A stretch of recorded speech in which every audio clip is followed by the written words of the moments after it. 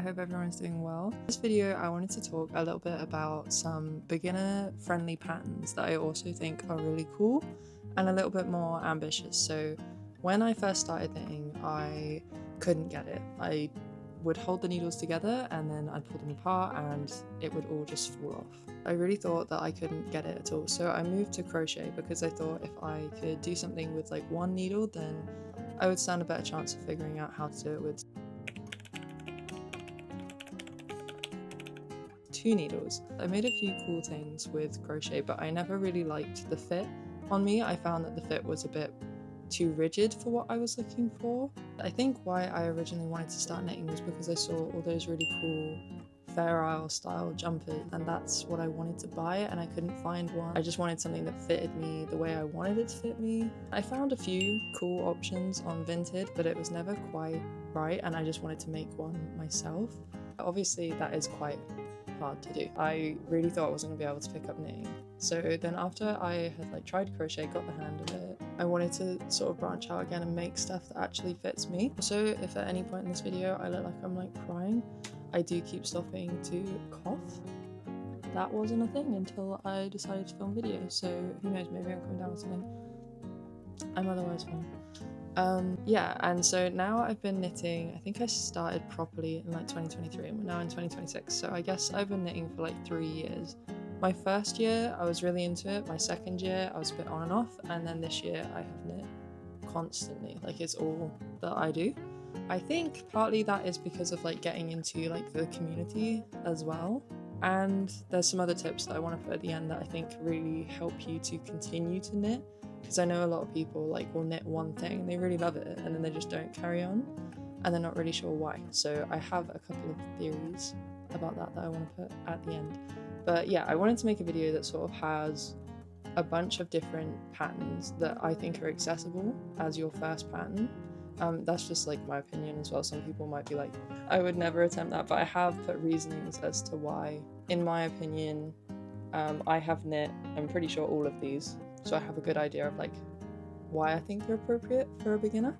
But I would love to hear everyone else's opinions, whether they agree, whether they disagree, what some of their first patterns were, and if you have any that I haven't mentioned, because I did ask on Instagram suggestions from you guys about patterns that you would recommend for a first time knitter, and some of them I haven't knit myself, and there is one in particular that I am quite shocked by, so I'd love to know if anyone else has knit that one and if they agree. So the first one, I wasn't sure whether to put this right at the start because I was kind of concerned that people would be like, yeah, duh, and I do want to emphasize that there are some patterns in here that might broaden your horizons on what you could knit as a first project. But the first one I have to include, and I have to put it in here because it is just it ticks too many boxes for a good first time knit, and it was the first thing that I properly knit myself. There's a couple of things that I don't think I have, thankfully, picture evidence of what I tried for my first projects, but they failed. This was definitely my first successful knit project, and so the first one that I would recommend is the Step by Step Sweater by Florance Miller. One of my reasons for this being such a good first intro pattern is it's free, and that is not to say that I don't think people should be paying for people's hard work that goes into writing patterns, and it's not to say that I think all patterns that are suitable for beginners should be free. I do hear that sometimes people say oh, this is just a really simple construction, why isn't it free? Because people have put the time and effort into making something for you to use. So I think that's kind of why. This one is free, and I do think that adds a point to it, because if you're not sure if you're gonna like knitting, there's not very much point you putting loads and loads of money into a hobby. And I hear that a lot of people do that. They invest so much time, so much money in all these different bits of equipment and different parts of the hobby, only to find out that they don't really like it.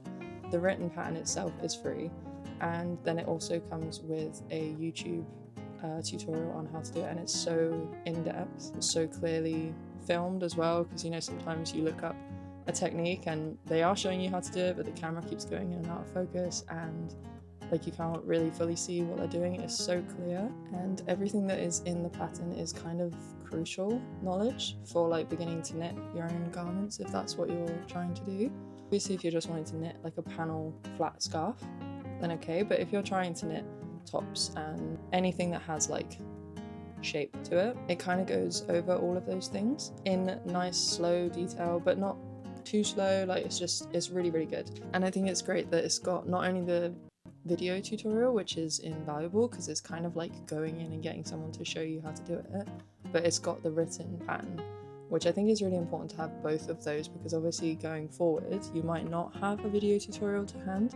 So it's really cool that she walks you through how to read the pattern, which is amazing because that's something that you could even use a different written pattern and then sort of refer back to that video by Florance and sort of see if they marry up, because a lot of them are quite like similar. Some patterns, obviously, I feel like as you expand and try different creators, you will find that some patterns are written better than others. Some of them are written just as well, but there's ones that you click with more and the style that it's been explained to you. Some patterns I think are really well written and the garment is amazing, but just the way it is written is more difficult for me to understand than some other creators. So yeah, this one is amazing though. The other really cool thing about it is it uses an Aran worsted weight yarn, I think. So that's going to knit up like a lot faster than using a lighter weight yarn, which I think is important because it might not be the same for everyone, but I think a lot of us get satisfaction out of completing something. Pretty sure that's just like how our brains work. Like we get that like dopamine rush from having completed something. So when something takes months and months and months, which lots of knit projects do, you can lose interest, I suppose. And especially if you're starting out at something and you just want to get that like rush of like satisfaction that you completed something, that you made something, I think it knitting up quicker is cool. And then the other thing about it is it's a jumper, it's a sweater, it's a full thing. It's something that you can be really proud of. Obviously, even if you knit something tiny, you should be proud of it. But this is what I mean about like why I wanted to start knitting, was to be able to make things like that. And I remember I used like it wasn't like self-stripe, maybe it was. It was kind of this, I think it was by James C. Barrett, the yarn. I will insert a picture of it, you can get it from Hobbycraft. In these like big balls of it was quite good value for money. I think I used like 3 or 4 of them. Yeah, it was like mixed colour as well, so that sort of like kept me interested rather than just doing a block of like one colour. I just loved the autumny colours that were in there and I was just so proud of it. So I think that was really cool and important. So it's nice that it's like super easy to follow, it's free, you have someone walking you through the whole process. It'll knit up pretty fast and it just, yeah, you'll have an actual jumper by the end of it, which I think is pretty amazing for a first project. The next one that I would recommend is the Groove Warmers by Kait Biez. They're these really cool stripy gloves. The pattern does introduce you to like a little bit of colour work. There's a couple of ways around it. You can either go for it. If you do, I would definitely do a gauge swatch, or what you could do is just do the pattern in like just one colour, just like vanilla, and then that sort of gets rid of the stress of trying to do colour work for your first project. The only reason that I would like steer away from colour work, I suppose, is tension and sort of getting yourself in a bit tangled up, and also learning about colour dominance and stuff like that. Kind of depends on what kind of knitter you are, whether you're someone that just likes to go for it or someone that likes to like research every element of it before you start something. There's a couple options. You can either go for it or you could just do it like a vanilla one colour. And the main reason I recommend this one is it's really well written and it knits up super fast. So kind of what I was saying about the other one, where knit projects can take like a really long time, typically weeks, usually months. This is something that you can knit in a few days, which I think is really cool. And it really helps you go like, oh my god, like I've got a pair of gloves straight away. And that's something that I think contributed to me knitting so much this year, is I haven't just knit jumpers. I have been knitting them. They are like probably one of my favourite things to knit, but I have been knitting smaller projects as well, and so that has like really helped me be like, okay, I can finish this one today because it's not going to take me that long, and then I'm going to have something finished by the end of it, which is really, really cool. I had to put that one in here because I feel like it has contributed so much as to why I've been able to make so much this year. I also think it's cool because you can try out some different needles with it. I did say this sort of list is for like an ambitious beginner, so some are definitely more accessible than others depending on your mindset going into it. But I knit these with tiny circulars, so they were like 9-inch circular needles, which was fine for me. I know some people would be like, no. But you could also use DPNs, you could use magic loop, which I know is what a lot of people like to use. I cannot get my head around it. I tried to do it the other day with a pair of socks and so far I still can't get my head around magic loop, but it gives you the opportunity to try a couple different things, because I know that there's some people out there that was like, no way I would knit socks on 9-inch circulars, I'd have to use DPNs. And then other people would be like, no way would I use DPNs, I'd have to use the magic loop. And this is like a small circumference project where you could use any number of needles. And I do think it's important for beginners to try out like different techniques. Like, you're in the fun stage, you're not gonna be amazing at everything, you're not gonna like know how to do it perfectly off the bat, so you're getting to like explore stuff. This is like slight tangent, but like as an artist, something that I really struggled with when I was younger was like, I just wanted it to look exactly this way and I'm only doing it this way, and I would not like branch out, wouldn't want to try things. And then in one of my years at college, I was doing an art foundation, and the whole year was about just kind of experimenting, and I was only going to be there for a year. So with all the holidays and everything like that, it was like 6-7 months. So I just decided to relax and just like actually try everything, and I definitely found that I grew the most as an artist during those few months compared to all of the years I'd spent studying it up until that point. So that was a really like important formative year for me as an artist, like for my mindset. And I think with knitting as well, like I struggle with it, with not being able to like produce what I want to produce sometimes. Sometimes you're going to have to produce colour work that looks kind of rubbish, and then you're going to try again and it will look a little better, and then maybe on your 3rd or 4th project you're like, this is actually pretty good. Until you try those things, chances are you're not going to be amazing off the bat. You're going to try using DPNs and you'll be like, oh my god, I can't do this, I can't understand. You're going to try using magic loop like me and you're not going to get it, and then you're going to try tiny circulars and you're going to be like, oh, I can do it. Do you know what I mean? So I think it's fun and important to find beginner-friendly patterns that introduce you to things that seem difficult so that you can learn and progress, because that's kind of the point of being a beginner. This next one is really, really fun. It's a pair of micro shorts by Loupy Studios. Just a pair of these at the start of this year, and they're so fun and they knit up like really fast. And I was quite intimidated by this because I've only ever knit stuff for my hands or like upper body, so I'd never knit anything like that before. The pattern's really clear and well written, and I like the customization of a lot of her patterns because you can kind of really make it your own. You can like push the bow out a little bit more if you want to, or you can just do something really simple. And yeah, it's another like quick project that is really impressive. She's got loads of really helpful videos as well for like trying out the new techniques, and yeah, I would just really recommend that one. Okay, my next one, I'm actually currently knitting my 2nd version of this now, and it's the Cloud Sweater by Petite Knit. I'm sure most people have seen this, and I have definitely heard of it being their first attempt at a project. It's very popular, which is really good because there's a lot of video tutorials for different parts of the pattern to help you. Also, if you're not vibing with the way she's explaining it, there are so many videos from so many other creators, people in the community that can help you out with the pattern. So if you're looking at it and you're thinking, well, it's a little bit intimidating, there is help out there. There's Reddits, there's like bits on Google, TikTok, YouTube that go through the pattern and sort of help you understand what you're supposed to do. I think this one, I see it all the time, and I'm not totally sure why or where the fear comes from with German short rows, but I caught the fear from everybody else, and I saw that this pattern had German short rows, and I was like, oh my god, like I don't know if I'm going to be able to do it. It's fine, like it's pretty easy. You basically just turn your work around, like when it says turn, just turn around. I actually like German short rows a lot because it makes me feel like I'm getting through the length of a garment quicker because I'm literally not having to knit across as many times. German short rows are what are going to change the way your garment fits, and it's going to give you something like that fits professionally. In short, what a German short row will do is sort of make the back higher and the front lower. So when you hold up a jumper, instead of the collar just being like straight across, it will have like a scoop at the front and not at the back, because obviously if you look at a human side on, our back is not the same shape as the front.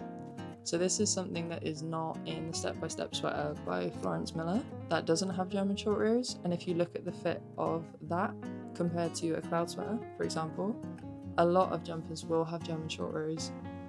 I would encourage you to learn how to do them and just use them. They're not as scary as people make them out to be. They're fine. And I couldn't explain when I was a beginner like why I wasn't totally happy with my Step by Step sweater. I didn't know why the collar was like sitting so straight across the neck, because I didn't know what it was. It's not having German short rows, that's what it is. There's nothing wrong with it, but if you want that more like normal fit, I suppose, because most garments that you would buy in a shop will have that kind of fit, that's what it does. It does introduce you to that. It's really, really friendly, really easy, and because it's such a popular pattern, there are people that will explain to you step by step like how to do that. The other thing that I really like about this pattern is there's not a lot of ribbing, because it utilizes like roll sleeves and a roll neck. Ribbing is annoying. I've recently found like a nicer way to get ribbing to look like neater, and I've started doing, I'm pretty sure I knit one and then I purl through the back loop, or I purl one and I knit through the back loop. I can't remember which way around it is, but it makes it look so much neater. Generally, ribbing just takes longer, and this pattern doesn't have a lot of that, so that's cool. And I also just think it has some interesting design features without it being like difficult. I'll show you the one that I've got now, actually. So yeah, it's got like nice definition along the shoulders and the arm seams, and it's got that cool like roll neck, but it's not something that is difficult to achieve.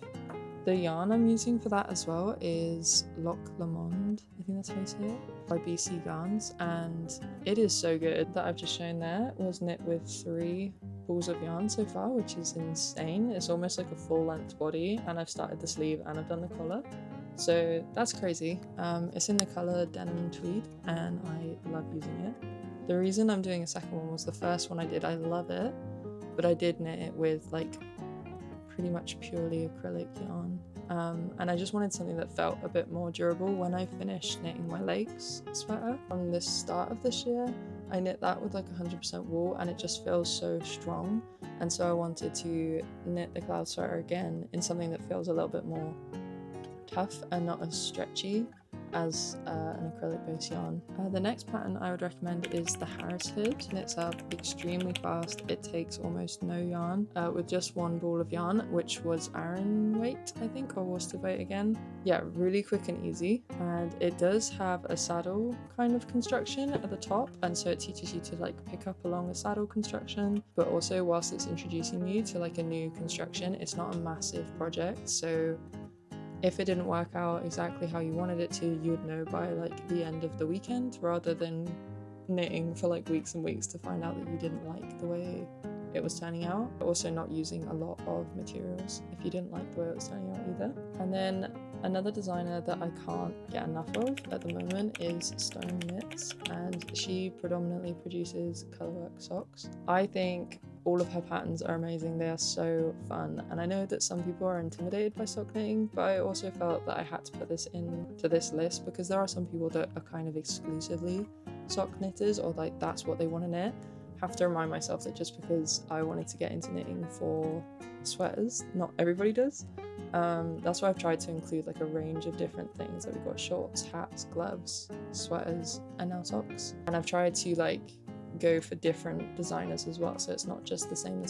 If you found, for example, that you really liked the way the cloud sweater was written, Petite Knit has so many patterns. I'm also knitting Florence's Kitten catch mittens at the moment with some knitting for olive yarn, really cute. But yeah, Stone Knits has so many really cool colourwork socks. She's got tons of helpful videos on like learning about colour dominance, learning about catching floats and how often you should do that. Someone who hasn't knit loads of socks, I've knit 2 of hers. Really easy to follow. Again, I knit mine with small circulars. I'm pretty sure her patterns encourage you to either use DPNs or magic loop, but obviously you can do whatever works best for you. And as always, if you say you found a pattern of hers that you really like, but you're way too intimidated by the colour work involved, you could just knit it first vanilla, like one colour, and then go back again and try and do the colour work, or maybe do a colour work swatch to make sure that you understand the motif and then try and apply it to the sock shape. I thought that her sizing chart was really easy to understand. There's like 1 to 3 sizes, whereas there was another sock that I knit at the start of the year that I really liked. Fits me perfectly, to be fair, but the sizing chart was intimidating. Like, there was loads to choose from. I wasn't sure if I was measuring right. Like, I obviously did, and it was fine, and that was actually my first time knitting a sock. It is nice that that's just like simple, chill, easy to follow. Last one that I've kind of like scribbled up at the corner as something to include is the Arctic Lights cable knit. Obviously it's a cable knit. That's kind of insane to go for that for like one of your first patterns, but if you feel like you could, I think that is a great option. I would definitely want to start a cable knit with some kind of guidance. Again, you could either look for a cable pattern that's really popular and has like community guidance on following the pattern, or find some friends that have already knit it online, or you could go with something like this. It's very similar to it's not as in-depth as the Florance Miller video tutorial because the pattern itself isn't free, but she does go through how to read a cable knitting chart, which is so helpful. I never finished mine because I don't really know why. I think I was moving, and then by the time I went to like pick it back up, I had lost one of my charts, so I had no idea where it was. And also I was knitting it in acrylic yarn, and knowing what I know now and like how I feel about the longevity of how much effort I've put into a garment, I think I would want to knit a cable knit with a more natural fibre for me personally. So I've kind of abandoned mine. But that wasn't anything to do with the pattern itself, how it was written, or how it was explained. I was finding it really easy.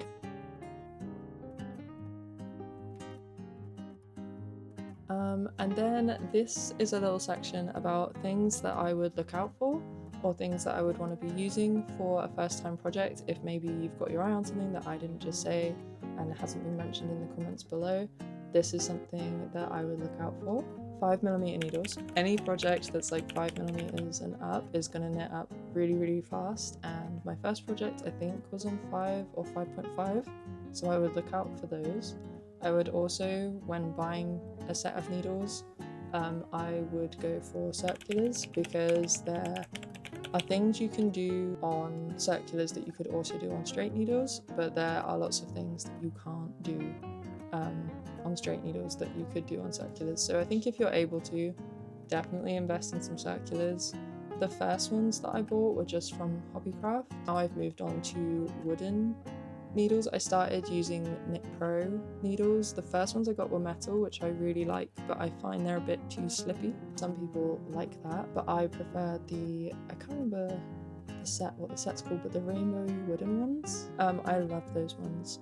So they're like my preferred ones, but circulars in general are going to be your best friend. Aran or worsted weight yarn, again for the same reason as 5mm needles, it's going to knit up super fast. DK also works as well, and I think all three of those types have like a really nice drape. Charity shops are going to be your best friend. I think I'd gone charity shopping for years before I got into knitting, and I never really noticed how much yarn is in them.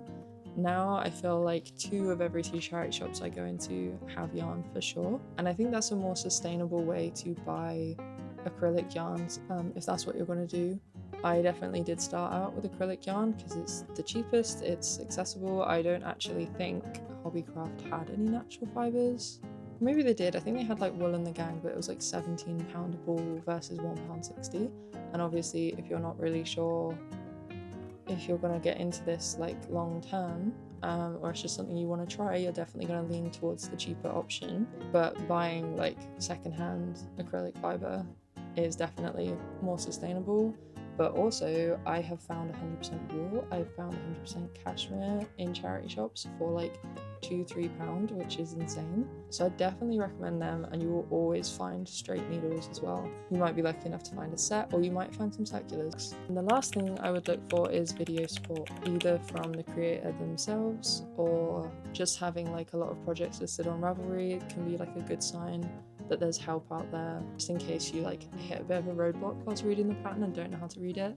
You could either find people online that have already made it themselves that are willing to talk to you about it, or just like have a little like look online before you buy it and see if there's any like tutorials out there for like how to do certain parts or certain techniques. A lot of patterns do list the techniques required before you purchase the pattern. So yeah, that's all of the things that I would look for. And then I guess it's a little chat between acrylic fibers and natural fibers. There's pros and cons for both. Obviously, I did just touch upon like how much, if you're going into a shop or you're supporting a local yarn shop, sometimes when you're not sure if you're going to like fully invest into this hobby, it can be quite intimidating to spend a lot of money on equipment and fibers. It is more sustainable, it is better, I think, to try and shop for natural fibers if you can. Obviously there's some people though that are really sensitive to natural fibers, and it would kind of suck if you knit a whole jumper only to find out that it is horrible on your skin. Some people hate mohair, some people are really sensitive to rustic fibers. I'm not too bad, luckily. I didn't realise how rustic the Fisherman's Wool yarn was until I've been knitting with BC Garns. This stuff is so soft. I would say anyone who is like a little sensitive to yarn types, like natural fibers, BC Garn, so soft. I think that's another pro for natural fibers. They are stronger. They don't stretch as much over time, I don't feel, as like plastic ones. The fit,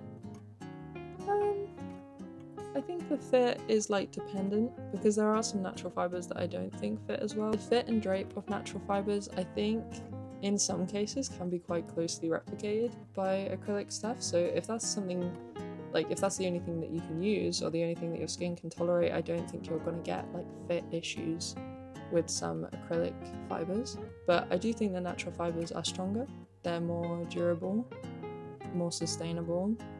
And if you shop around, you can definitely find them for cheaper prices, or there's online sales, or just check charity shops, because they're kind of a secret gold mine for natural fibers. And if you do want to shop for natural fibers, but you do want to be like financially not ruined by this new hobby, because it can get expensive, some cheaper natural fiber brands that I have used are Drops. I know some people hate Drops, some people love Drops, some people don't like Drops Air but they like Drops Lima. I have used two types of Drops. I've used Drops Air and I've used Drops Fable. Fable I've been using for socks and I love it.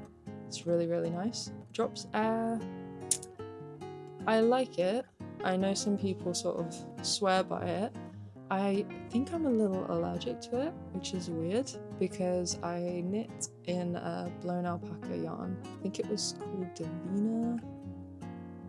I'll put it here because I can't remember what the brand was called. And that, absolutely fine, I don't have any reaction to it, but Drops Air, every time I'm knitting with it, it's making me sneeze. So that's a bit of an issue, but that's like a me issue.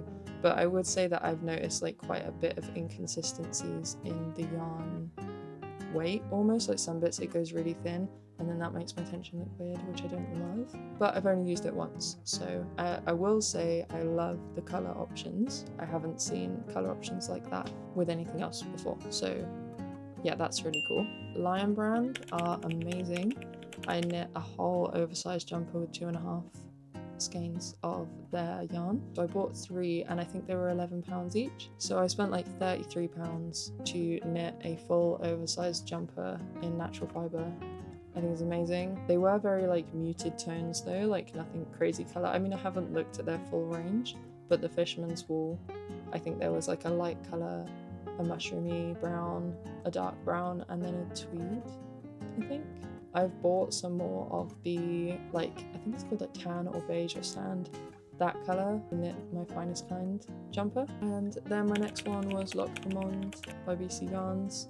I think they were like £6 a skein, so I think that's quite affordable. I mean, I've used 3 so far and I bought 8, and I don't even think I'll be using the full 8. I think maybe like 6. And and then this is the last bit. I asked you guys on Instagram what patterns you would recommend as a first time beginner pattern. A lot of these did come up over and over again, but the first one was the Winter's Pullover by Ozetta. I haven't knit this one, but I've knit the Lakes Pullover and it knit up so quickly, super easy to follow, really well written pattern, and I love the way it's turned out. Like, it's definitely going to be one of my favourite jumpers to be wearing in autumn and winter, so I back Ozetta patterns. The step-by-step came up tons of times, not surprised. I feel like that is most people's first project. Might hear some dogs barking in the background because we have like a block of dogs, so one starts barking, then they all start barking, and they're all like chihuahuas as well. Okay, and then the Sophie scarf slash shawl.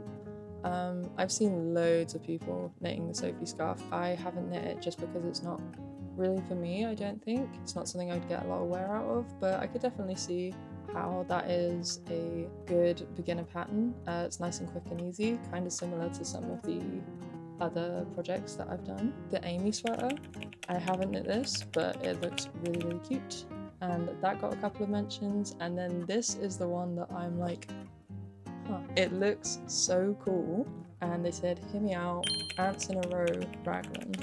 This looks insane, and I probably wouldn't have recommended it for a beginner pattern, but they said that it's actually really easy to follow, and I love the pattern. Definitely do want to knit it myself at some point. So it was really fun and cool to see that come up. So let me know if you've knit that one and if you agree, because I think that's quite like an outlier. It's quite a cool one to see come up. My legs are so dead from being crouched down, and oh my god. My dad didn't tell me we had a delivery of granite, and so I just had to like run down the stairs, and I felt like I just walked out of a spin class or something because I nearly fell down. So my legs are dead. Anyway, I hope you found these like interesting. I really want to hear like your opinions on them, whether you agree, disagree, and I'd really like to hear any that you've got yourself. Maybe stories of your first knit that you tried, whether it was a fail. I think one of the first things I tried was like a crazy colourwork zip-up cardigan. I didn't know what catching floats was, and there was just like huge strings, maybe like 40 stitches wide. Obviously I didn't finish it, obviously it was bad. But yeah, I always like to hear like what other people think are really good introductions to this really cool hobby and community. So I look forward to hearing your guys' responses, and I hope you enjoyed the video, and I'll see you soon. Bye.